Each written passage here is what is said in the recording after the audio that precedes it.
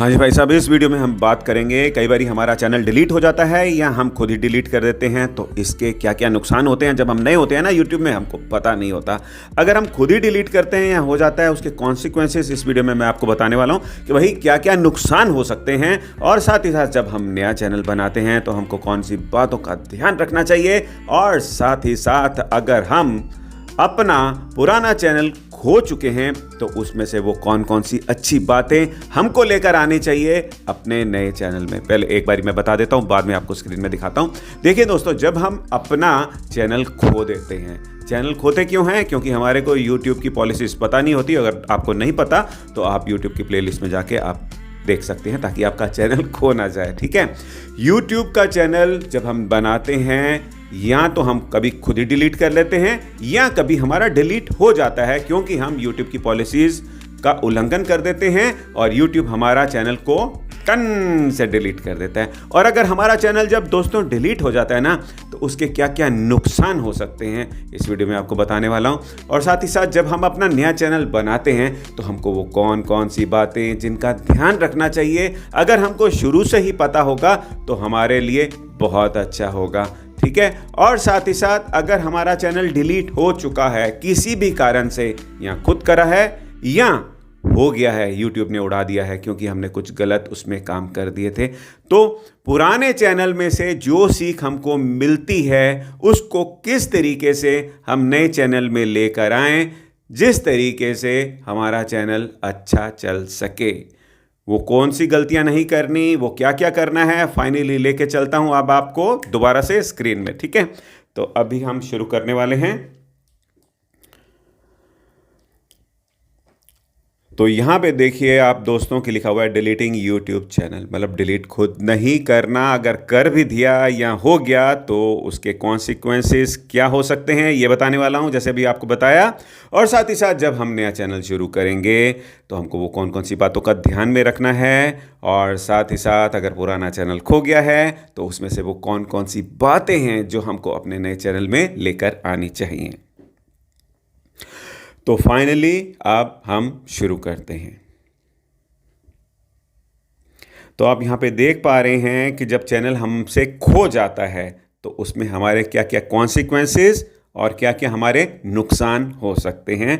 तो अब आप ये देखिए, सबसे पहला नुकसान हमारा क्या हो सकता है कि भाई हमारे जो अपलोड्स हैं, लॉस ऑफ हिस्ट्री, कमेंट्स जो भी पुराने चैनल में लोगों ने करे थे, अब वीडियो अपलोड करे थे, वो सब उड़ जाएंगे।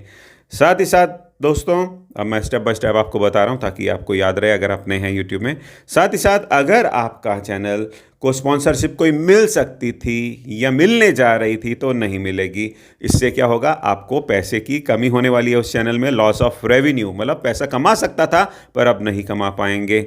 और ऐड की इनकम हो सकती थी, अगर आपका मोनेटाइज होने वाला था या हो सकता था, तो अब आप वो नहीं कर पाएंगे क्योंकि चैनल आपका उड़ गया।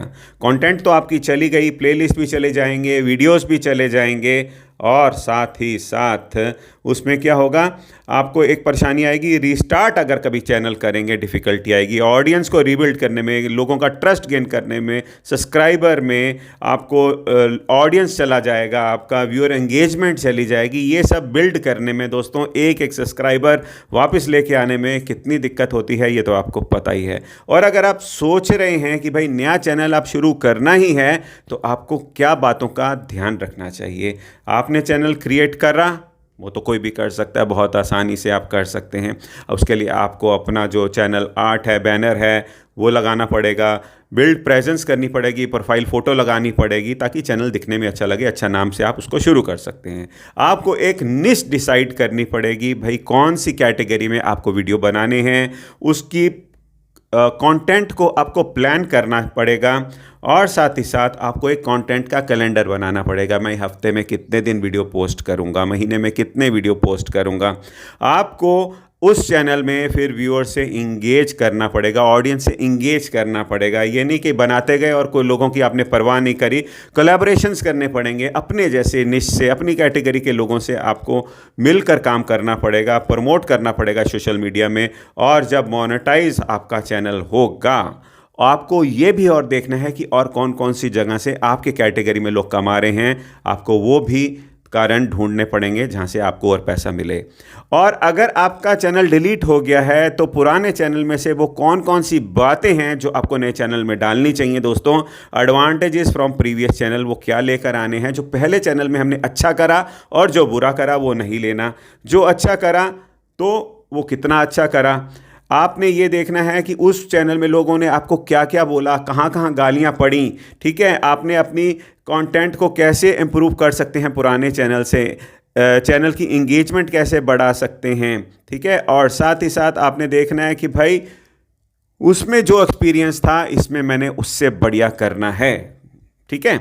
और ऑडियंस को समझ के reaching out to previous audience, पुराने ऑडियंस को आप कैसे पकड़ पाएंगे। भाई चैनल उड़ गया है, कैसे जा पाएंगे, सोशल मीडिया से जाएंगे, फेसबुक से जाएंगे, इंस्टाग्राम से जाएंगे, बताएंगे। मैं दोस्तों यहाँ पे अब मैंने नया शुरू करा है, कंटेंट क्रिएशन स्किल को एनहांस करना पड़ेगा। अगर आपकी ईमेल लिस्ट है तो उसमें से आपको मेल भी करनी चाहिए अपने ऑडियंस को, अगर आप बना रहे हैं तो। ये सारी बातों का ध्यान रख के दोस्तों आपको मैंने ये बता दिया है कि अगर आपका चैनल डिलीट हो गया है या आपने कर दिया है तो आपको क्या क्या नुकसान हो सकते हैं, नया चैनल बनाने में आपको क्या क्या ध्यान रखना चाहिए, और अगर पुराना चैनल खो गया है उसमें से आपने क्या क्या सीखा है और कहाँ कहाँ से आपको कुछ बुरा भला हुआ है, तो वो चीज़ें नहीं करनी। नए चैनल में अच्छी अच्छी चीज़ें करनी है, ऑडियंस को समझ के काम करना है ताकि आपकी इंगेजमेंट बनी रहे और जल्दी से जल्दी आपका चैनल आगे की ओर जाए। तो आप ये बातों को ध्यान में रख के आप काम करेंगे। अगर आपने फिर भी कुछ पूछना है मेरे को नीचे कमेंट में लिख सकते हैं। और क्या, मिलेंगे नेक्स्ट वीडियो में। अब आप ये वीडियो देखिए। जय हिंद।